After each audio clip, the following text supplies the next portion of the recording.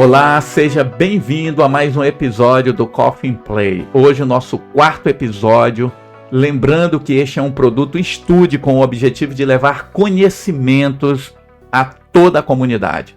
E hoje nós estamos aqui com a professora Luana Amaral, professora de dança, que vai contar um pouco para nós sobre essa ideia da dança enquanto vida e movimento. Luana, seja bem-vinda ao Coffee Play. É um grande prazer estar aqui com vocês e compartilhar um pouco de todos os benefícios da dança de salão, do movimento para as pessoas. Me conta um pouco como é que você começou essa ideia da dança, porque todo mundo, principalmente nós homens, nós temos dificuldades para nos soltarmos em relação à dança. Como é que você começou? Bom, a dança, o movimento já esteve muito presente na minha família. Era uma família que gostava muito de ouvir música, dançar, era uma coisa natural. Então, com os próprios familiares, essa coisa da dança já era muito, muito próxima de nós. O povo paraense, o povo amazonense, eles são muito dançantes, eles são muito musicais. Então começa daí essa ideia do movimento e posteriormente, depois de um tempo, eu passei a conhecer a dança de salão.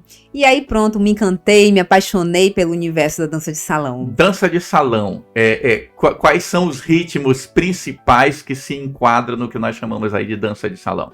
Excelente pergunta, professor Wagner. O que acontece? Há algumas divisões, dependendo de algum estado, que faz a divisão do que é dança de salão ou não. Então, lá no Rio de Janeiro, no sul, no sudeste do Brasil, eles vão dividir algumas categorias. Por exemplo, a dança de salão vai entrar o soltinho, o samba e o bolero. E aí eles vão colocar com outros estilos como cursos à parte. O curso de forró, o curso do swing, o curso como outro, separado ali daquele foco da dança de salão.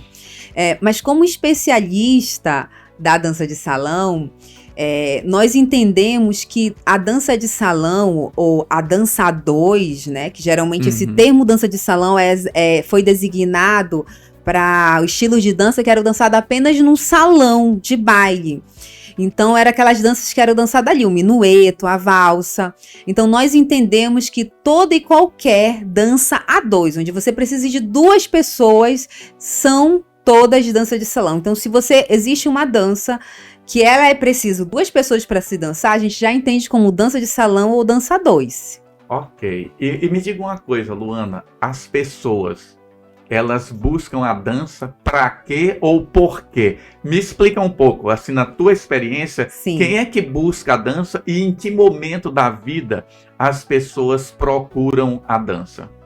Olha, geralmente, culturalmente, historicamente, as mulheres, as crianças, as meninas, elas já são inseridas no universo da dança muito naturalmente. Então, já pequena, a gente coloca as meninas para se apresentarem na aula de jazz, na dança de balé, para fazer qualquer modalidade assim. E os homens, os meninos, a gente coloca para fazer a luta, o futebol. Então já começa aqui no início, no berço, essas diferenças que vão se estender por toda a vida. Ou seja, nós já temos um problema machista estrutural. Exatamente. Então vem uma questão histórica pelos porquês. Então os homens eles já têm historicamente esses bloqueios, essas crenças que são colocadas para eles, que acabam afastando eles do movimento. Não que as modalidades, os esportes não vão ajudar eles também a aprender uma dança. Vai ajudar também, mas vai ser diferente para as mulheres. Por isso que geralmente as mulheres têm mais facilidade para se dançar. Mas aí, as pessoas procuram dança em que momento da vida? Em que momento? Então, geralmente é quando há uma necessidade ou um porquê a mais. Então, eu quero aprender a dançar para impressionar alguém. Eu quero fazer uma dança porque é o dia do meu casamento e aí eu vou ter que fazer uma dança. Eu quero fazer uma apresentação. Certo. Na escola, foi passado um trabalho de uma atividade onde eles vão ter que fazer uma coreografia. Mas geralmente, especificamente no universo da dança de salão, se procuram o quê? Para melhorar os relacionamentos amorosos, os casais, namoro, noivos, casamento, as pessoas casadas.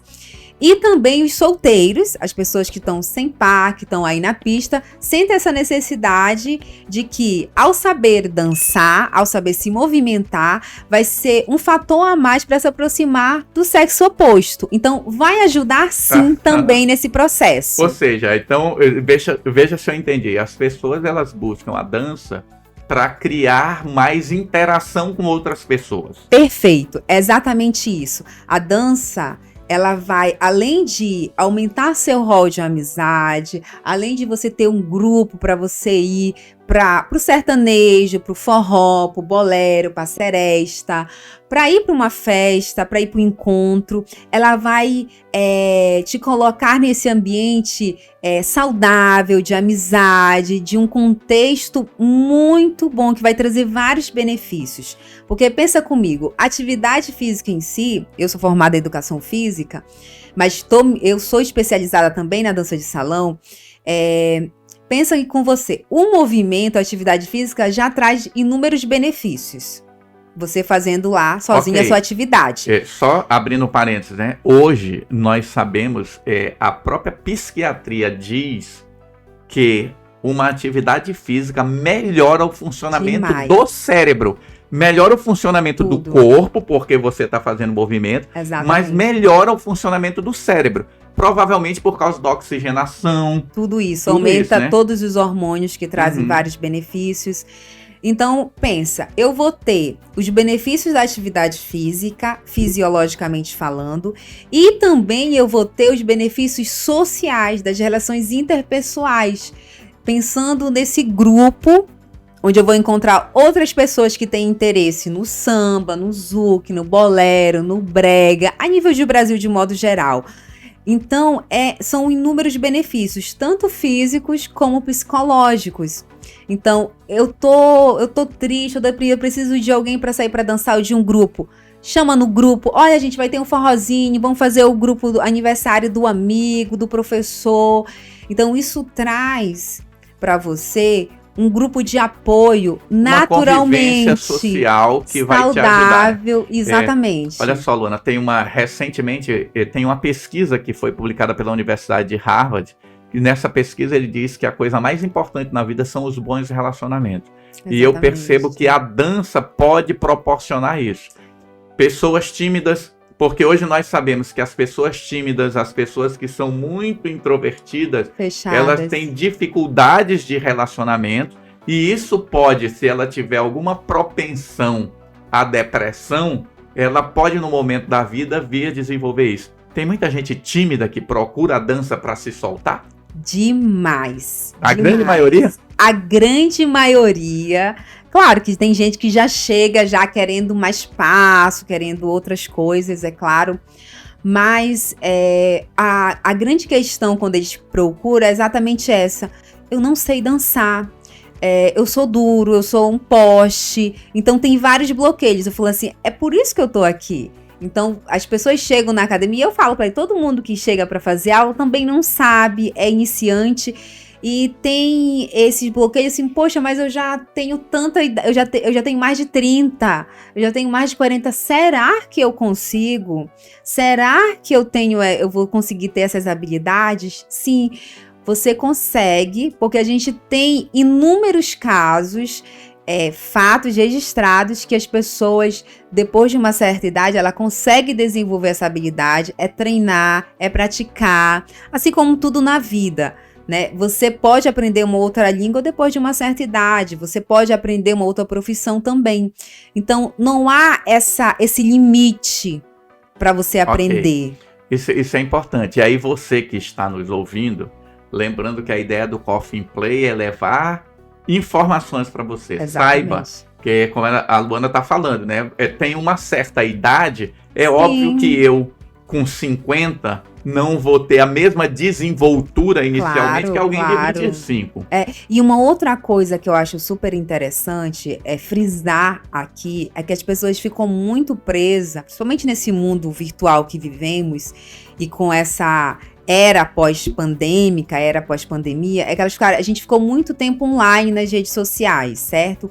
Então elas começam a pegar várias referências, vários vídeos de escolas, de dançarinos, ainda mais quando quer aprender forró, pega várias coisas lá de forró, vídeo no YouTube, no Instagram, e ficam com aquilo, ficam com aquelas imagens daquelas pessoas, com aquelas referências. Então ela fala assim, eu nunca vou conseguir fazer isso. Ou seja, ela estabelece um padrão muito alto para quem está iniciando, né? É aquilo, ela acaba se distanciando. Então, você que está me ouvindo agora, você que está me vendo agora, entenda que você tem que tirar toda essa poluição visual, tudo que você viu referente à dança, referente a profissionais da dança. Pense que eles vivem para isso, ou eles já fazem isso há muito tempo, todos os dias. Você não tem como se comparar a eles. E outra, todo mundo que já está num certo nível, ele começou também sem saber nada. Então, pegue com essa referência. Esse é um grande problema que eu tenho também de tirar dos meus alunos, porque eles já trazem várias coisas prontas para mim. Professora, isso aqui, professora, desse jeito. Eu quero dançar igual assim, a fulano. E cada um tem um corpo, tem uma história. Eu falo assim, ó, a gente pode tentar, a gente vai fazer um trabalho ali parecido, mas a gente não vai ficar, porque ele tem uma história de corpo, um biotipo diferente, um metabolismo diferente, é outra coisa. Vamos ver o que você consegue fazer aqui comigo. Então, tiro esses bloqueios visuais, esses bloqueios de vídeo da internet, de dancinha da internet, e comece a fazer por você. Eu coloco sempre essa frase, Wagner, que é super interessante, comece por você e para você. Porque todos os benefícios e tudo que virá vai ser para você. Pense que não vai ter esse julgamento, tira esse julgamento do que vão falar, do que vão pensar, se eu estiver lá fazendo. Ai, será que meu irmão vai falar isso? Será que vão achar que eu sou isso, aquilo? Ou seja, então, tira isso da cabeça e comece. Em outras palavras, tem que fazer um trabalho psicológico paralelo para as pessoas tirarem essa dificuldade. Eu percebo muito, às vezes, usa-se muito Rick Martin como referência para o molejo de corpo. Aí, assim, quem não teve uma vida de dança, para chegar àquele tipo de movimento, precisa de muito treino, não é isso? Muito. E outra coisa, a gente está falando de mais de 80% da população. A gente está falando de um número e de uma porcentagem que é muito grande, que realmente não tem a consciência desse quadril, não tem o controle desse corpo, não tem essas habilidades. Pela história, pela vida, pela rotina que a pessoa tem. Então, pense que só o pouco que você consiga fazer, o 2 para lá e 2 para cá, que a gente considera como uma estrutura universal da dança, você conseguir fazer aquilo bem feito, ou numa batida de um determinado estilo, já vai ser muita coisa. Vai ser muita coisa você levantar, ter coragem, Wagner, a pessoa ter coragem para chamar alguém para dançar na festa ou em qualquer lugar e abraçar um outro corpo. Olha só como é complexo, mas ao mesmo tempo como é fantástico. Você vai ter que ter o controle do seu corpo, saber o que você vai ter que fazer, abraçar um outro corpo, né? Se relacionar, pedir licença, tocar um outro corpo e fazer um determinado movimento. As pessoas têm muita dificuldade com relação a essa ideia de proximidade, porque eu tenho a impressão que a nossa sociedade ela anda muito sexualizada. Sim. Nos movimentos, nas danças. Como é que é na hora de aprender a dançar essa ideia da aproximação com outra pessoa? É muito engraçado e ao mesmo tempo é muito fantástico. Porque algumas pessoas, elas têm medo de tocar a outra. Elas têm receio, de fato. Então, antes de haver essa aproximação, esse toque, tem todo um trabalho de permissão também. A outra pessoa que vai ser tocada se permitir. E tá, quem vai tocar se permitir. Porque exatamente, você está falando aí, exatamente. E aí eu tô lembrando do Edward Hall, que ele criou um termo que é distâncias proxêmicas. Então nós aqui conversando, e estamos aqui a 2 metros, 2,5 metros de distância, não gera nenhum tipo de incômodo. Mas você dançar com alguém você vai estar no que o Eduardo Hall diz, na distância íntima, ou seja, Exatamente. você está sentindo o cheiro da pessoa, você está A próximo a ela. pele, o Pele com cheiro, sentir a batida do coração, a gente sente se a pessoa tá nervosa, ofegante, quando você toca a mão do outro na dança Tá gelado ou não? se ela apertou muito, se ela tá ela não tá querendo tocar, então tem que sentir essa energia, tem que tocar a mão do outro, tem que abraçar a cintura um do outro. Então pensa isso em outras culturas, é uma coisa muito evasiva, é uma coisa assim muito, né? Às vezes até agressiva demais. Não pode, não deve. Ou seja, esse aprendizado para as pessoas seria algo importante. Você está falando aí, eu estou aqui comparando com a psicologia, sim, pensando exatamente no se soltar, porque hoje a gente não consegue nem conversar com o outro. Direito. A sociedade ela anda tão acelerada que ninguém consegue conversar. Eu imagino que esse processo da dança pode realmente ajudar as pessoas a mudarem a forma de interagir com o outro. Como é que você vê a evolução dos seus alunos nesse processo de interagir com o outro e ir se soltando e se tornar alguém que conversa melhor, mais solto? É incrível ver a evolução dos alunos nesse processo, porque eles acabam mudando a postura, a forma como eles falam, interagem na sala, a forma até como eles se vestem, como eles vão trajado, muda a energia, muda tudo. Então, há alguns alunos, assim, claramente, a mudança deles. Quando eles chegam com a gente, então eles são mais fechados, mais travados, né? Até para se expressar e falar assim, não, professor, troca essa música. Não gostei desse forró. Então, com o passar do tempo, eles ficam mais à vontade, assim, mais seguros, sabe?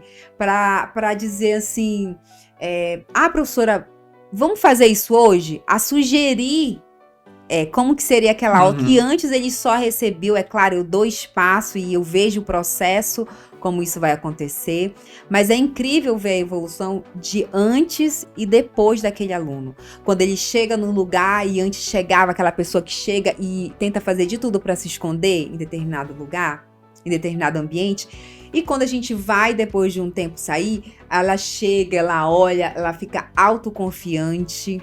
Ou seja, é importante o treinamento, né? Porque nós sabemos que qualquer processo que você repete, o cérebro se acostuma com isso. Sim. A dança é a mesma coisa. A dança passa por esse processo, com certeza, porque com a prática, com o treino, você vai ficando melhor com aquela habilidade.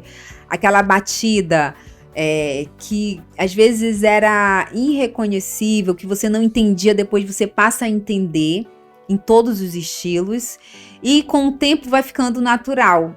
Eu sempre digo, uma das primeiras dicas que eu falo, Wagner, quando o aluno vem procurar ou quer aprender alguma coisa, eu falo assim, olha, é muito importante que você escute a música, porque é trabalhado também o ouvido, a audição o tempo inteiro. Então, vamos treinar esse ouvido, porque a gente está trabalhando com todas as nossas habilidades aqui, visual, auditiva, palativa. Então, você ouvir os estilos que você quer aprender vai ajudar nesse processo. É aquela ideia de que eu preciso sentir a música como um todo para poder entrar nesse mundo. É claro que você não precisa entender de mim, você não precisa se tornar um exímio, você não vai precisar se formar em música e nem ser um professor de dança e nem entender se é binário, quaternário. Não é isso. Vocês não precisam entender isso. Vai ser natural. Por exemplo, os alunos que querem aprender tango, como há uma procura e uma imigração muito grande agora de brasileiros indo para a Argentina, eles estão procurando aulas de tango. Então eu falo assim, uma coisa que é muito importante é você usufruir e tentar fazer um esforço para ouvir algumas músicas de tango, orquestras. Deixa eu fazer uma pergunta, porque quando eu olho para a dança de salão, eu imagino que há uma gradação nas dificuldades. Imagino que tango é uma das coisas mais complexas, porque a impressão que eu tenho, aí você me corrige se eu estiver falando bobagem, é que quem dança tango está dançando uma coreografia. É diferente de você dançar um bolero, que tem um passinho aqui, outro passinho. Sim. É isso? O que é mais fácil e o que é mais difícil? Então, depende. O que acontece com relação a isso? Tu fez uma pergunta perfeita que quebra um paradigma muito grande com relação ao tango. Existe dois grandes estilos de tango. Claro que existem vários outros estilos, mas a gente tem que entender que o que nós brasileiros, que nós entendemos como tango, o que nós temos no nosso imaginário do tango, são coreografias e são o que nós entendemos do tango dos filmes, dos espetáculos de tango. Então, realmente, aquilo é fora do nosso alcance, aquilo é muito difícil. Eu lembro aquela cena famosa do Schwarzenegger dançando, né? Sim, do Patrick, do Dança Comigo, daquele filme da Jennifer Lopez. Então, o que a gente tem que entender? Que existem dois grandes estilos de tango, que é o tango cenário e o tango salão. No tango salão, Wagner, é muito parecido com o nosso bolero brasileiro. E é? É fácil. O tango salão, ele é acessível para toda e qualquer pessoa. Tanto que na Argentina, as pessoas que dançam o tango salão são os mais velhos. E é uma espécie de uma caminhada, é um dançador, é uma coisa muito agradável e muito fácil de se fazer e dançar. Falar em Argentina, é verdade que lá o pessoal começava dançava o tango homem com homem? É verdade. Como é que era isso? Porque eu acho que pro brasileiro, pelo preconceito, isso deve ser um negócio assim assustador. Como é que era? E por que eles dançavam homem com homem? Como é? Eu vou te falar um pouco dessa história aí pra gente. O que acontece, gente? Lá no início, no período da imigração, o que aconteceu? Os espanhóis imigraram e estavam ali. O que aconteceu para eles se divertir? Eles iam para os bordéis. Tinham muito mais homens, claramente, os trabalhadores lá, do que mulheres. Então lá tinha as dançarinas, tinha as mulheres ali que trabalhavam na noite. Eles tinham uma fila, como eram poucos lugares, então ficavam filas de homens dançando. Para dançar com as mulheres. Para chegar lá e ter a vez, aquele que dançasse melhor tinha prioridade de sair na frente. Então, como tinha uma fila na frente desses bordéis, o que eles faziam? Eles ficavam praticando entre eles. Ou seja... Aí começa-se a história, onde, sim, no início, ficavam dançando homem com homens, mas não é que era um estereótipo, gay. Não era nada disso. Acontecia lá o que acontece hoje, nos espaços aqui no Brasil, onde as mulheres dançam com as mulheres. Perfeito. Por falta de cavalheiros, não é isso? Gente, exatamente. Resumindo a história, é exatamente essa. Eles começavam a praticar entre eles os passos, porque quando eles entrassem nos bordéis, aquele que soubesse, aquele que estava ali mais praticado e sabia o espaço, ia se sair melhor lá com as meninas dentro do bordel. Então, é exatamente daí que chega a imagem, fotos. Historicamente, a gente tem isso registrado em vários livros, onde os homens dançavam entre si. E era muito comum, porque tinham, de fato, muito mais homens naquele período na Argentina. E hoje eu penso que no Brasil, um homem que sabe dançar, quando ele chega num espaço de dança, para quem está procurando uma parceira, para quem está procurando namorado, namorada, o homem que sabe dançar, ele tem muito espaço, né? Porque tem poucos homens dançando, não é isso?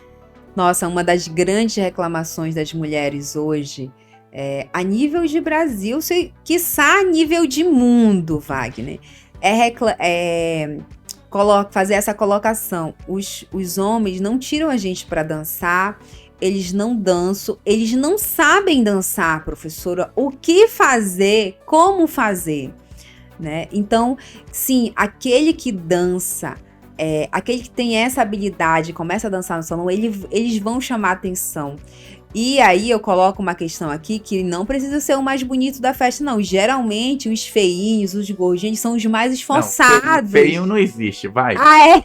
Não existe feinho. Isso aí, feinho é uma coisa, cultural. Mas eu tenho uma pergunta, pensando nessas complicações. Nós moramos num país... Sim. Que eu diria assim que tem um problema machista estrutural muito grave. E a dança de salão tem aquela ideia de que o homem conduz. Uhum. Como é que se lida hoje com a evolução, com a liberdade feminina e dizer assim, o homem conduz, a mulher tem que se deixar conduzir? Como é que está funcionando isso hoje na dança? Eu vou até beber uma água agora.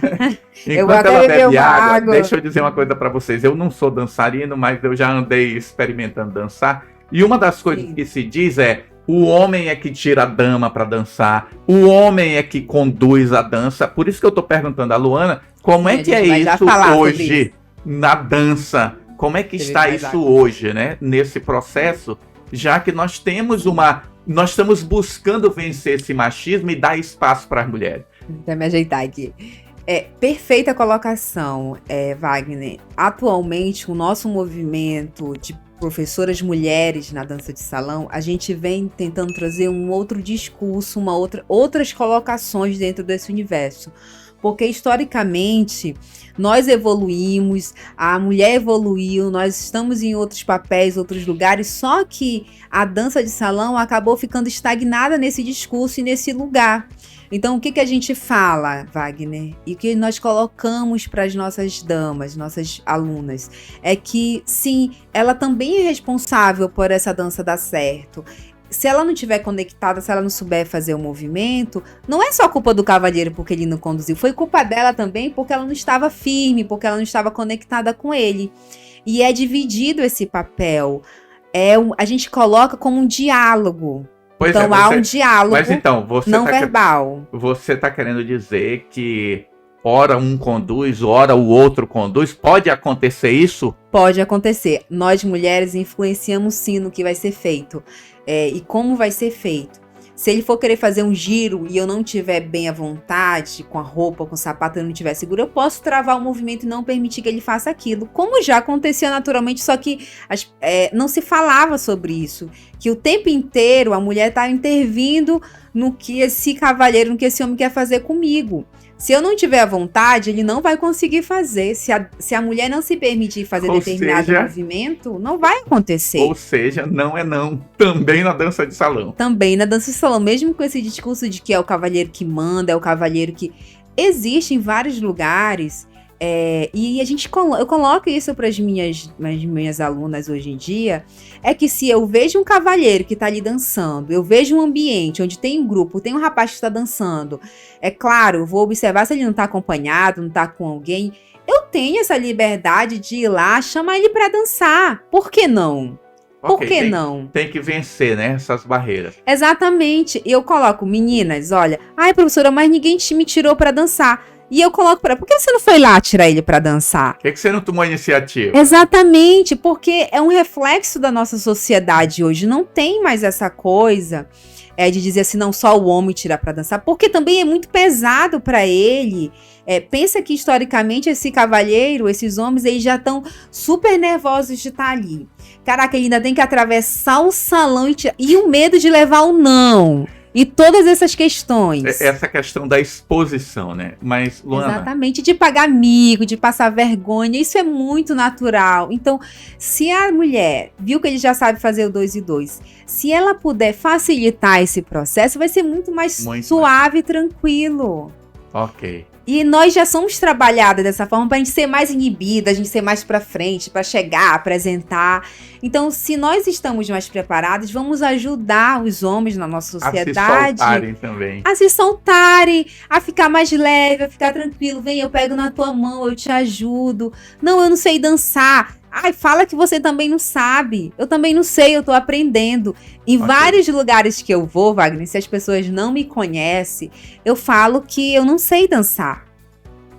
Porque cria um bloqueio com as pessoas ao tentar me tirar para dançar. Não, eu não sei dançar. Ai, eu vou dançar com a professora de dança? Exatamente, aí eu acabo não dançando, gente. Não é... Se me tirarem para dançar, para fazer só o 2 e 2, eu vou amar dançar com vocês em qualquer lugar. Então, às vezes eu vou pro lugar, ninguém me tira para dançar.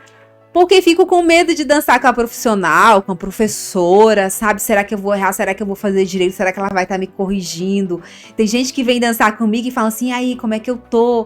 Eu fui bem, sabe? Isso não é uma avaliação, é só... Não é, gente! Mas olha só, você que nos acompanhou até aqui, nosso tempo está acabando e eu queria fazer uma última pergunta aqui para Luana, para dizer assim, para quem está querendo começar, você falou que dependendo do estilo, dependendo da sua configuração, do seu biotipo, tudo é possível. Mas o que seria assim, o mais básico que as pessoas poderiam começar a treinar para dizer assim, opa, consegui, eu posso um pouco mais. O que você diria para quem está nos assistindo e nos ouvindo? Sim, eu quero dizer uma coisa que eu sempre falo para todos que me fazem essa mesma pergunta. Eu acho que você tem que começar pelo que você quer aprender. Então, aquilo que você quer aprender, sabe aquele estilo ou aquela dança que você sempre sonhou em aprender? É por ela que você tem que começar. Porque para ela vai fazer muito mais sentido e vai ficar muito mais fácil. Então, se você sempre sonhou em dançar forró, comece pelo forró.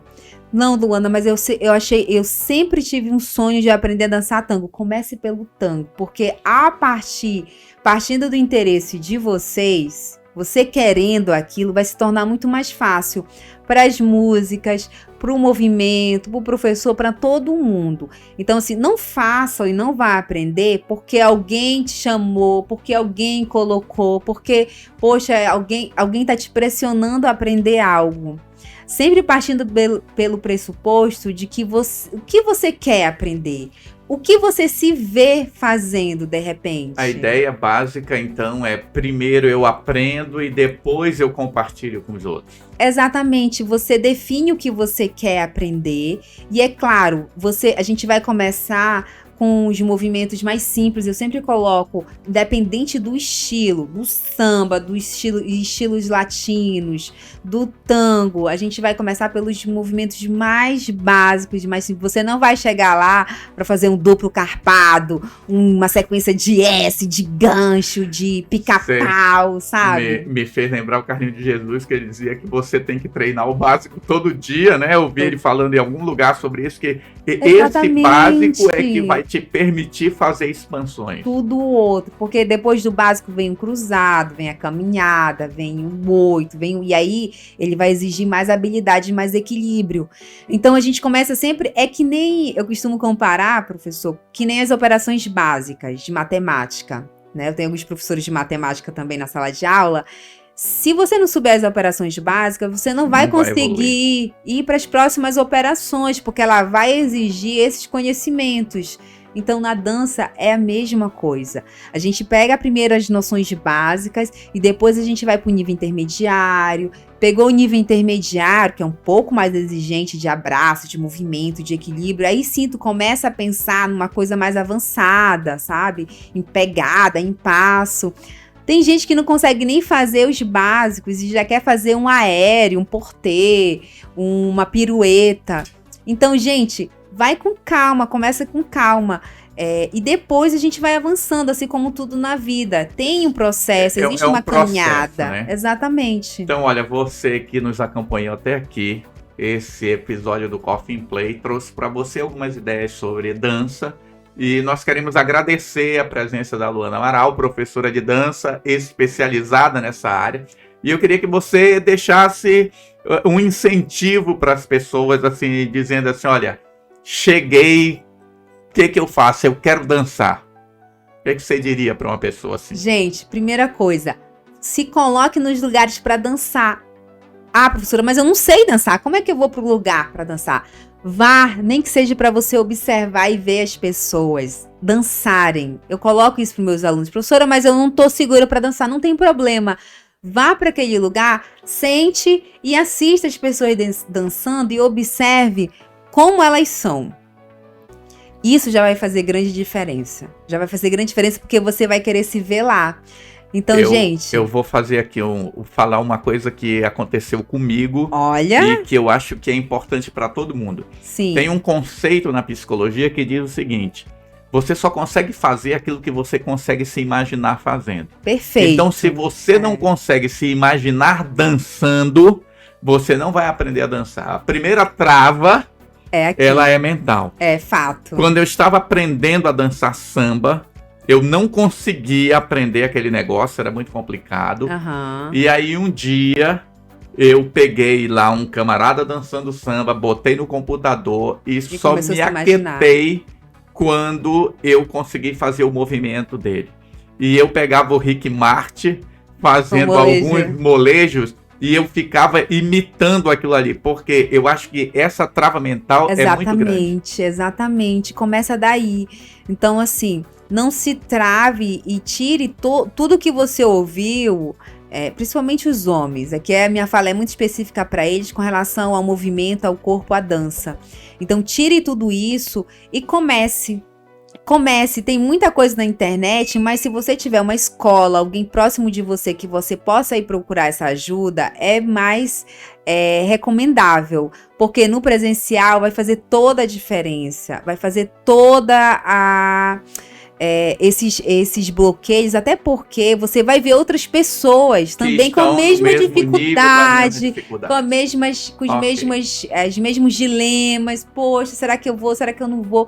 E você vai se identificar. E aí, quando você vê isso te ajuda muito mais, sabe? Poxa, não é só eu que tenho esse problema, não é só eu que tenho essa dificuldade. Muitas outras pessoas também têm. Então, eu acho que o mais importante é você também não deixar, começar e não deixar para amanhã o que você pode fazer hoje. Então, comece, busque. Quanto antes você começar, melhor. Então, Luana, muito obrigado pela sua presença aqui. Obrigado você que nos assistiu ou que nos ouviu. E compartilhe esse episódio com outras pessoas para que ele também leve conhecimento aos outros. Nós nos encontramos no nosso próximo Coffee and Play e você é nosso convidado para seguir e compartilhar com outras pessoas. Obrigado, Luana. Obrigada, Wagner. É um grande prazer estar aqui com vocês. E olha, gente, não se esqueçam, dance, movimente-se, sabe? Porque quem dança, Wagner, é mais feliz, comprovadamente. Ok, pessoal, até mais, te encontro no próximo episódio.